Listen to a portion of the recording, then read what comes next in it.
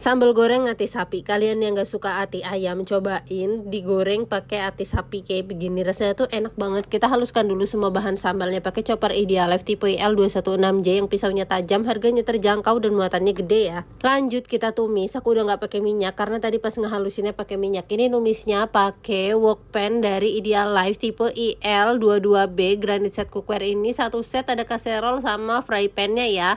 Anti lengket, recommended banget ya bun, harganya terjangkau. Kita masak, semua bahan kita masukin, takaran lengkap ada di caption.